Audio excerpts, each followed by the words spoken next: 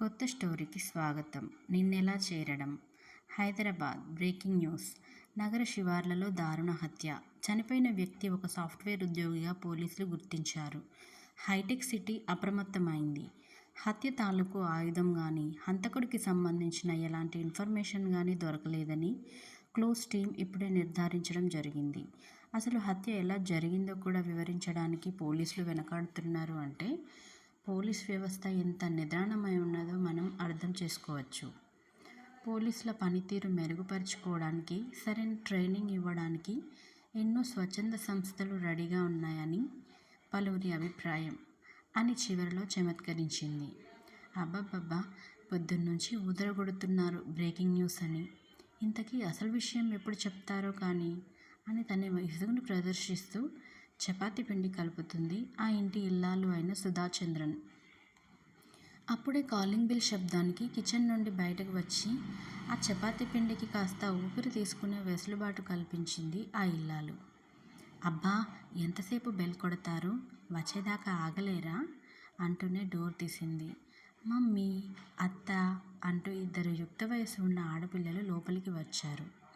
ఆగండి, అలాగే వచ్చేయొద్దు.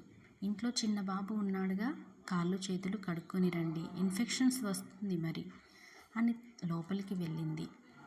మళ్ళీ మధ్యలో ఆపిన తన పని రీస్టార్ట్ చేసింది. ఆ ఇద్దరు అమ్మాయిలు ఫ్రెష్ అయ్యి ఇంట్లోకి వెళ్ళి సోఫాలో కూలబడ్డారు. అత్త, నీ చేత్తో కాస్త కాఫీ ఇవ్వవు, చాన్నాళ్ళు అయిపోయింది తాగి అని లేచి వెళ్ళి టీవీ రిమోట్ చేతిలోకి తీసుకుంది. ఆ వాల్యూమ్ కాస్త తగ్గించవే, ఇప్పటిదాకా ట్రాఫిక్లో సౌండ్స్ అంటే మళ్ళీ ఇంటికొచ్చాక ఇదొక తలనొప్పి అని నిజంగానే వచ్చిన తలనొప్పితో సోఫా రెస్ట్కి తలపెట్టి పడుకుంది ఇంకో అమ్మాయి. అత్త, ఇంకెంతసేపు అని వడివడిగా కిచెన్లోకి నడిచి వెళ్ళి తన మేనత్త కాఫీ కలుపుతుంటే చూస్తూ మంచినీళ్ళు తాగుతుంది. ఓసై కాముడు అని పిలిచింది సుధా. అత్త, అలా పిలవకని 1001 చెప్తా రోజుకి, నీకు అర్థం కాదు. సరేలే, ఏంటి అని కసురుకుంది. అలా కాదే అమ్మడు, నీకెంత ధైర్యమే అలా హత్యలు జరిగే ప్లేస్కి వెళ్ళాలంటే? నాకైతే ఆ న్యూస్లు వింటేనే వణుకు వచ్చేస్తుంది అంటేనమ్మో అని డికాషన్లో కప్లో వేస్తుంది. అత్త, నాకు ఈ కప్లో వేయి అని తన ఫేవరెట్ కప్ ఇచ్చింది. ఇక్కడివ్వు అని తనిచ్చిన కప్లో వేసి పాలు మరుగుతుంటే అక్కడ చక్కెర డబ్బా అందుకో అని చెప్పి ఇంకో 2 కప్పుల్లో కూడా డికాషన్ వేసింది. ఆ అమ్మాయి చక్కెర డబ్బాతో పాటు చెగోడీలు ఉన్న డబ్బా తీసుకొని మూత తీసి చిన్న ప్లేట్లో కొన్ని పెట్టుకొని, అత్త, నువ్వు కాఫీ తీసుకొని హాల్లోకి రా, నేను ఇవి తిని పెడతా అని అక్కడి నుంచి వెళ్ళింది. కాఫీలు తీసుకొని హాల్లోకి వచ్చేసరికి కోడలేమో చెగోడీలను కరకరా నములుతూ టీవీ చూస్తుంది. కూతురేమో సోఫాలో పడుకుంది. నేను మాట్లాడుతూనే ఉంటే అలా వచ్చేసావంటే గాడిదా అని కసురుతూ కాఫీ కప్ అందించింది. బంగారు, లేమ్మా అని కూతుర్ని లేపింది. అమ్మో, కోడలనేమో గాడిదా అని, కూతురేమో బంగారమా? నేను బావను పెళ్లి చేసుకోక సేఫ్ అయ్యాను, కానీ లేకుంటే నన్ను ఎన్ని ఆరళ్ళు పెట్టేదానివో అని నాటకీయంగా కళ్ళు తిప్పుతూ కాఫీ తీసుకొని తాగుతుంది. లేవవే, కాఫీ తెచ్చి నీ నోటికి అందించాలా, లేచి తాగు అని అంటూనే, అత్త, జర్నలిస్ట్ అవ్వడం అన్నది నా ప్యాషన్, నీకు తెలియనిది ఏముంది? ఏదైనా కేసు ఇన్వెస్టిగేట్ చేసి మంచి పేరు సంపాదించాలి అని కృతనిశ్చయంతో వర్క్ చేస్తున్నా. ఇంకా ఎటు తెమలట్లేదు అని సాడ్ ఫేస్తో చెప్పుకొస్తుంది కాముడు అని తన అత్త చేత పిలువబడే కావ్య సుబ్రహ్మణ్యం. సరేలే, ఏదో ఒక కేసు రాకపోతుందా? అయినా ఇందాక టీవీలో చెప్పావుగా, అదే కేసు ఎందుకని టేకప్ చేయకూడదు అని కాస్త క్యూరియస్గా అడిగింది సుధా. మా బాస్ ఆ కేసుకి వేరే వాళ్ళను అపాయింట్ చేశాడులే అంటూనే కాఫీ అవగొట్టేసి కప్ అక్కడే ఉంచి లేచింది. ఎక్కడికే మళ్ళీ? కూర్చొని ఏమన్నా కబుర్లు చెప్పు అని గదిమింది అత్త. నేను బుడ్డోన్ని చూసొస్తా, ఆగు, వచ్చాక తీరిగ్గా కబుర్లు చెప్పుకుందాం అని అత్తకు చెప్పి, అన్నట్టు డిన్నర్కు నేను ఇక్కడే ఉంటాను, నా కోసం పెద్దగా ఏమీ వంట చేయకు, కేవలం చపాతీలోకి పన్నీర్ మసాలా కర్రీ చేసాయి, ఇంకా పెరుగు పచ్చడి చేసి కొన్ని వడియాలు వేపు, అలాగే సాంబార్ మన ఇంట్లో ఎప్పుడు ఉండేదేగా అని తుర్రుమంది. అప్పటికే వాళ్ళ అమ్మాయి లేచి కాఫీ ఫినిష్ చేసింది. ఏంట్రా డల్గా ఉన్నావు అని అడిగింది సుధా. ఏం లేదమ్మా, కొంచెం తలనొప్పి అంతే. అక్క బాబు నిద్రపోయారా అని అడిగింది తన అమ్మని. ఇందాకే. పిల్లాడు సరిగా నిద్రపోడు, వాళ్ళ అమ్మని నిద్రపోనివ్వడు. అదేమో అస్తమాను మమ్మీ మమ్మీ అని నన్ను కేకలేస్తుంది. పిల్లాన్ని ఆడించి ఇందాకే పడుకోబెట్టా. తను కూడా పడుకుంది. ఇంతలో ఈ గాడిద వెళ్ళింది, మరి లేపేస్తుందో ఏంటో. వద్దంటే అదో బాధ. నేను రాకూడదా చూడకూడదా అని వాదిస్తుంది. సర్లేరా, నువ్వు వెళ్ళి నీ రూమ్లో పడుకోపో. మళ్ళీ నాన్న వస్తే ఈ టైంలో నిద్రపోతే నన్ను అంటారు, పిల్లలకి చెప్పకుండా ఏం చేస్తున్నావని. అమ్మా, నాకేం నిద్ర రావడం లేదు ఇప్పుడు. ఓకే, నేను డ్రెస్ చేంజ్ చేసుకొని వస్తా, కలిసి వంట చేద్దాం అని వెళ్తుంటే, చేంజ్ వద్దు, తీరిగ్గా స్నానం చేయి, ఫ్రెష్ ఫీల్ ఉంటుంది అని చెప్పి తన పెద్ద కూతురు నందన వర్మకి షుగర్ లేని పాలు ఇవ్వడానికి కిచెన్లోకి వెళ్ళింది సుధా. నేనొచ్చేసా టాంటడాయ్ అని చిన్నపిల్లలా అరుస్తూ నందన బెడ్రూమ్లోకి ప్రవేశించింది కావ్య. డెలివరీ జరిగి 3 నెలలు కావస్తుంది. సిజేరియన్ కావడం వలన కాస్త కష్టంగానే ఉంటుంది. ఇప్పుడిప్పుడే తన తల్లి సహకారంతో పిల్లాన్ని మేనేజ్ చేయగలుగుతుంది. కావ్య వెళ్ళేసరికి నందన బుక్ చదువుతూ ఉంటుంది. ఏంటి నందు, ఏదో చదువుతున్నావు అంటూ పిల్లిలా ఆ రూమ్లోకి వెళ్ళింది కావ్య. నందన వర్మ బుక్ మార్క్ పెట్టుకొని, ఎప్పుడొచ్చావే, చాలా రోజులైంది చూసి. మామయ్య అత్తయ్య బాగున్నారా అని కుశలాలు అడిగింది. లేకేం, సూపర్గా ఉన్నారు. నువ్వెలా ఉన్నావు? బాగా చిక్కిపోయావు. వీడు బాగా విసిగిస్తున్నాడా ఏంటి అని బాబు మెత్తటి బుగ్గలను తడిమింది. ప్లీజే లేపకు, వాణ్ణి ఇందాకే పడుకున్నాడు అని బతిమాలుతున్నట్టే అడిగింది. హహహ, లేపనులే, ఏడవకు. ఏం చదువుతున్నావు అని తను చదివే బుక్ తీసి చూసింది. సుధామూర్తి గారి బుక్ అది. అని ఒక నిట్టూర్పు విడిచి బుక్ పక్కన పెట్టి, రా హాల్లోకి వెళదాం, నీ చెల్లి కూడా ఉంది, సరదాగా కబుర్లు చెప్పుకుందాం అని అడిగింది. నీకు కబుర్లు చెప్పేంత తీరిక కూడా ఉందా? ఏంటే పొద్దున్న న్యూస్లో పోలీస్ వ్యవస్థ గురించి బాగానే వాగుతున్నావు. ఒక్క పోలీస్ కన్నా కాలితే పరిస్థితి ఏంటంటావు అని బెదిరించడానికి ప్రయత్నించింది నందన. బొక్కలే, మా ఒక్క ఛానల్నే ఉందా ఏంటి? కోటి లింగాల్లో మాదో బోడిలింగం. అంతగా కాలితే నేను ఫైర్ ఇంజన్కి ఖాళీ చేసి చల్లారేలా చేస్తాలే. కానీ ఇంతకీ మా బ్రో విజిట్ చేశాడా ఈ మధ్యన అని అడిగింది కావ్య నందన భర్తని ఉద్దేశించి.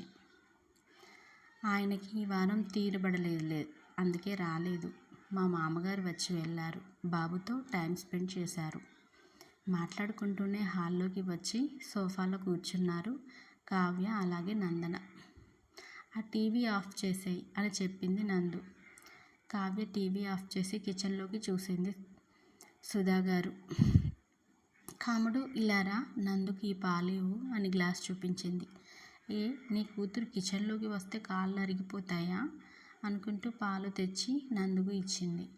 ఇంకా ఎన్ని రోజులు అమ్మాయి చప్పటి పాలు, కాఫీనో టీనో ఇవ్వచ్చుగా అని ముఖం అంత చిరాగ్గా పెట్టుకొని పాలు తాగుతుంది నందు. ఇస్తా, ఇంకో నెల గడవని. ఇప్పుడే స్వీట్ షుగర్ తింటే ఒకవేళ దగ్గు వచ్చిందంటే నీకు కుట్లు బాధ పెడతాయి, అలాగే బాబుకి కూడా ఇబ్బంది. కోటితో పోయేది గొడ్డల దాకా తెచ్చుకున్నట్టు అవుతుంది. ఇలాంటివి బాగానే చెప్తుంది అని నసుగుతూ, డిన్నర్లోకి ఏం చేస్తున్నారు అని అడిగింది నందన. పన్నీర్ కుర్మా చేస్తుంది చెల్లి, నేను చపాతీ చేస్తున్నా, ఇంకో అరగంటలో ఫినిష్ అవుతుంది. నీ కొడుకు లేచేలోపు నువ్వు తినేయి, సరేనా అని కిచెన్లో నుండే మాట్లాడుతుంది సుధాచంద్రన్. వీళ్ళిలా ఉండగా ఇంకో చోట హైదరాబాద్ సిటీ కమిషనర్ ఆఫీస్ సాయంత్రం 7 గంటలకి అత్యవసర సమావేశం జరుగుతుంది. సిటీలోని ఎస్ఐలు, సిఐలు మరియు కానిస్టేబుళ్ళకి మొదట సిటీ కమిషనర్ పురందర్ గారు మాట్లాడుతూ, మనం ఎంత అలర్ట్గా ఉన్నా సిటీలో హత్యలు, అత్యాచారాలు, గ్యాంబ్లింగ్లు ఏవీ ఆగడం లేదు. ఎందుకని? ఎనీ ఎక్స్ప్లెనేషన్ ఫ్రమ్ యూ అని అడిగారు. సైబరాబాద్ ఎస్ఐ నిలబడి, సార్, ఇంటర్నెట్ వాడకం పెరిగింది. ప్రొఫెషనల్ ఎథికల్ హ్యాకింగ్ నేర్చుకొని దానిని అనైతిక చర్యలకు వాడే వాళ్ళ సంఖ్య రోజురోజుకి పెరుగుతుంది. తప్ప తగ్గడం లేదు అని తన పక్షాన చెప్పగలిగింది చెప్పి కూర్చున్నాడు. ఇంకా ఎనీబడీ అని అడగగానే ఒక 6 అడుగుల హ్యాండ్సమ్ హంక్ నిల్చున్నాడు. స్టిఫ్ బాడీ, ఎత్తుకు తగ్గ లావు, చెక్కినట్టు ఉన్న నిలువెత్తు మూర్తి, తీక్షణమైన చూపు. నిలబడి తన క్యాప్ తీసి మాట్లాడుతూ, సార్, క్రైమ్ జరిగినప్పుడే కాకుండా ముందు నుండే మనం అలర్ట్గా ఉంటే ప్రమాద తీవ్రతను తగ్గించిన వారిని అవుతాము. తప్పుగా అనుకోకపోతే ట్రాఫిక్ పోలీస్ సిబ్బంది తమ డ్యూటీల కంటే కూడా ముందుగా ఫోటోలు తీయడంలో వారి ప్రతిభను చూపుతున్నారు. ఇది మీరు నమ్మలేని, ఒప్పుకోలేని నిజం. ఫోటోలు తీయడం మీద పెట్టిన దృష్టి సగం కాస్త వెహికల్స్ని అబ్జర్వ్ చేయడం, ర్యాష్ డ్రైవింగ్ వారిని, సిగ్నల్ క్రాసింగ్ చేసే వారిని వెంటనే అదుపులోకి తీసుకుంటే మనకి ఎంతో కొంత క్రైమ్ని ఆపొచ్చు. Wait mister Satyadev, can you elaborate అని అడిగారు పురందర్ గారు. Sure sir. ఇప్పుడు సిగ్నల్ క్రాస్, ర్యాష్ డ్రైవింగ్ ఇటువంటి వారిని అదుపులోకి తీసుకుంటే హ్యూమన్ ట్రాఫికింగ్, కిడ్నాప్స్ చేసే వాళ్ళని అరికట్టొచ్చు. అంబులెన్స్లలో కూడా ఈ మధ్య చాలా నేర ప్రవృత్తికి రిలేటెడ్గా నెంబర్ ఆఫ్ ఈవెంట్స్ జరుగుతున్నాయి అనేది ఇట్స్ అన్ ఓపెన్ సీక్రెట్ అని వరుసపెట్టి అన్ని విషయాలు డిస్కస్ చేసి కొన్ని తీసుకోవాల్సిన నిర్ణయాలు తీసుకొని సెలవు తీసుకొని ఎవరింటికి వారు పయనమయ్యారు. అలా సుధాచంద్రన్ గారు చేసిన వంటలన్నీ డైనింగ్ టేబుల్ దగ్గరికి తీసుకెళ్ళి పెట్టారు. నందు, నీకు ఆకలేస్తే పెట్టుకొని తినేయమ్మా, నేను కాస్త ఫ్రెష్ అయి వస్తాను, చిరాగ్గా ఉంది అనింది సుధా.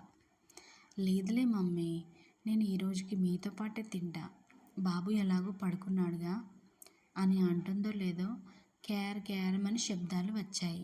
అందరూ గొల్లున నవ్వారు ఒకేసారి. అబ్బ నందు, నీ కొడుకు వల్ల మీ నాన్న బీపీ తగ్గింది తెలుసా అని అంది సుధాచంద్రన్.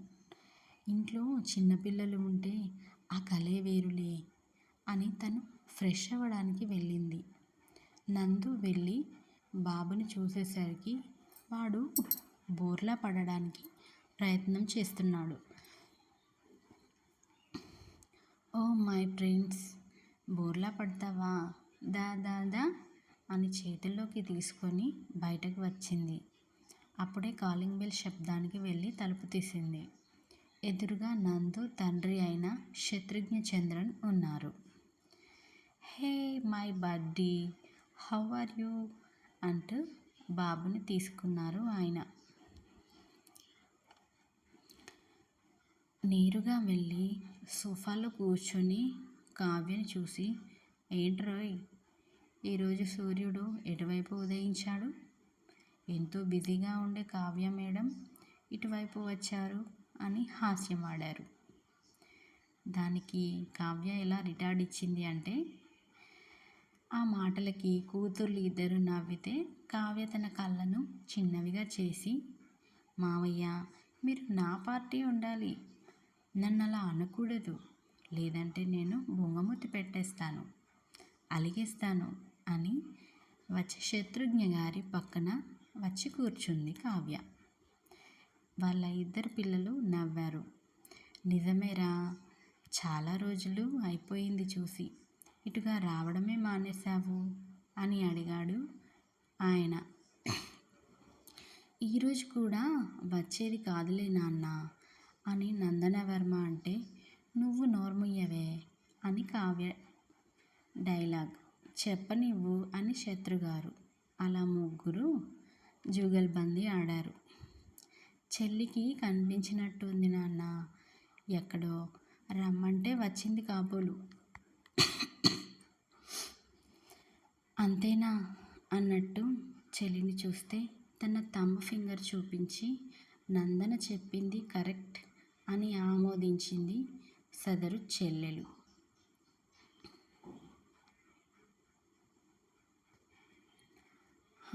అందరూ కలిసి నా కోడలని అనడానికి ఒప్పుకోను అంటూ అప్పుడే అక్కడికి ఎంట్రీ ఇచ్చింది సుధాచంద్రన్.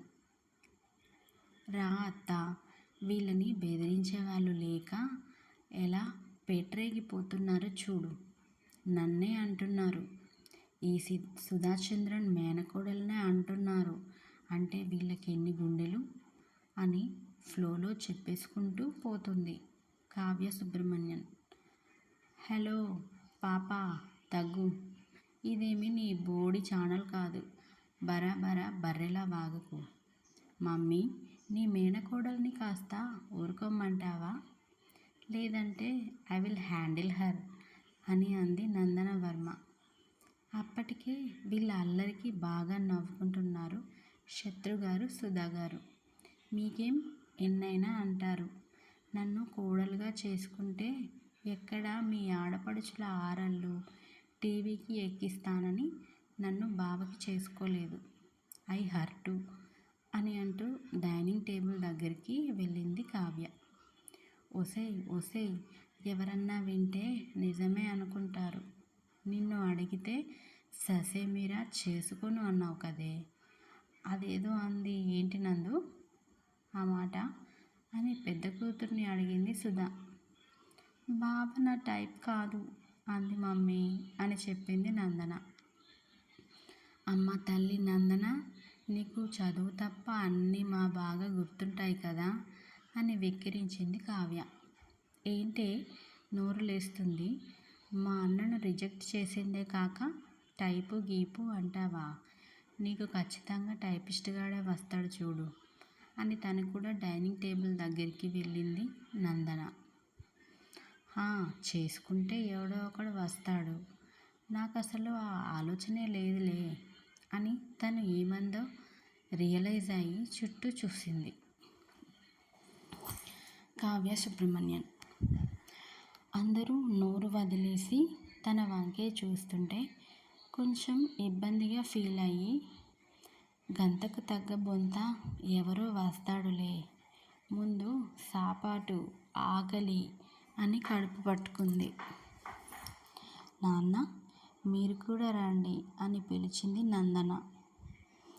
యూ క్యారీ ఆన్, నేను కాసేపు ఆగి తింటా అని బాబును తీసుకుని తమ బెడ్రూమ్ దిశగా అడుగులు వేశారు శత్రుఘ్న చంద్రన్.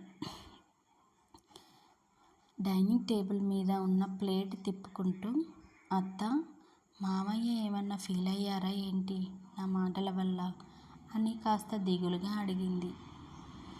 ఆయన టెన్షన్స్ ఆయనకే ఉంటాయిలే, మా వాడి గురించి కాదులే, నువ్వు కానీ అని తన ప్లేట్లో పన్నీర్ కుర్మా వడ్డించి చపాతీ ఉన్న గిన్నె వాళ్ళ ముగ్గురికి మధ్యలో ఉంచింది.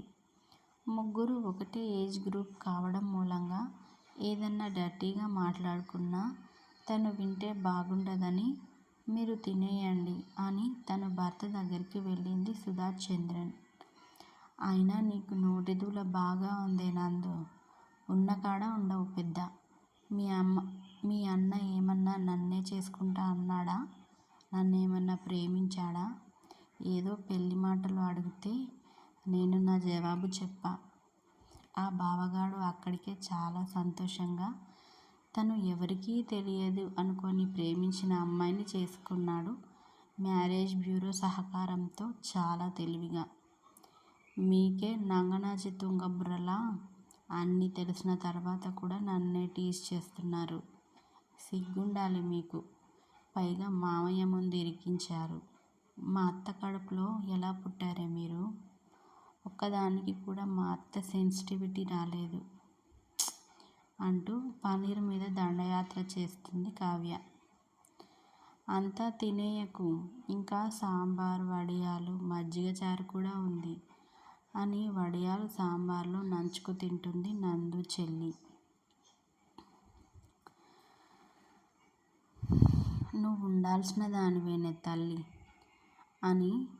నందు, నువ్వు మా కళ్ళు గప్పి సాంబార్ తినాలని చూడకు, నీకే ఇబ్బంది మళ్ళీ అని ఒక సలహా పడేసి తను తినడంలో నిమగ్నం అయింది కావ్య. నందు కంప్లీట్ చేసుకొని వెళ్ళి హాల్లో కూర్చుంది. అప్పుడే సుధాగారు వాళ్ళకి ఏమైనా కావాలేమో అని అడగడానికి డైనింగ్ హాల్లోకి వచ్చారు. అప్పటికే ముగ్గురు తినేశారు. కావ్య మరియు తన చిన్న కూతురు ఒకే హైట్, పర్సనాలిటీ ఉన్న ఆహార్యం మాత్రం పూర్తిగా విరుద్ధంగా ఉంటుంది. కావ్య ఈ జనరేషన్కి ప్రతినిధిలా ఉంటే, తన కూతురు నేటి తరానికి దిక్సూచిలా తోచింది. కావ్య జీన్స్ ప్యాంటు, టీషర్టు, భుజాల కిందకి ఉన్న జుట్టుని స్టెప్ కట్ చేయించి పోనీటెయిల్ వేసుకుంది. అది తను చేస్తున్న జాబ్కి సౌకర్యంగా ఉంటుంది కూడా. తన పిల్లలకి దుస్తుల విషయంలో తను కానీ తన భర్త కానీ ఎప్పుడూ ఆంక్షలు విధించలేదు. కానీ వారే ఎప్పుడూ నిండుగానే డ్రెస్ చేసుకుంటారు. జీన్స్ వేసుకున్నా కూడా లాంగ్ టాప్స్ని ప్రిఫర్ చేస్తారు. ఎప్పుడూ నుదుటిన బొట్టు పెట్టుకుంటారు. చేతులు కూడా బోసిగా ఉంచుకోరు. ఇదంతా తన అత్తగారి చలవే అని స్వాగతంలో అనుకొని తన పని తాను చేసుకుంటుంది. అలర చంచలమైన ఆత్మలందుండని అలవాటు చేసెనే ఉయ్యాల, పలుమారు ఉచ్ఛ్వాస పవనమందుండ నీ భావంబు తెలిపెనే ఉయ్యాల, ఉయ్యాల, ఉయ్యాల. అలా శ్రావ్యంగా వినిపిస్తున్న అక్క గొంతులోని మాధుర్యానికి పసివాడైన అక్క కొడుకు ఎప్పుడో నిద్రపోయాడు. కానీ తన ఆలోచన స్రవంతి యొక్క ఉద్ధృతిని ఆపలేకపోయింది ధృతి. ధృతి చంద్రన్, సుధా చంద్రన్ శత్రుఘ్న చంద్రన్ల రెండవ కూతురు. ధృతి, ఏమైందిరా అలా ఉన్నావ్? అడిగింది నందన వర్మ. ఎవరైనా ప్రపోజ్ చేశారేమో, ఏం చెప్పాలా అని ఆలోచిస్తున్నట్టు ఉంది అని కౌంటర్ వేసింది కావ్య. మరి అసలు విషయం ఏంటి? మరి ధృతి ఏం చెప్తుంది? కొత్త స్టోరీ మీకు నచ్చితే లైక్ చేయండి, షేర్ చేయండి, సబ్స్క్రైబ్ చేయండి. నన్ను ఆదరించండి. నిన్నెలా చేరడం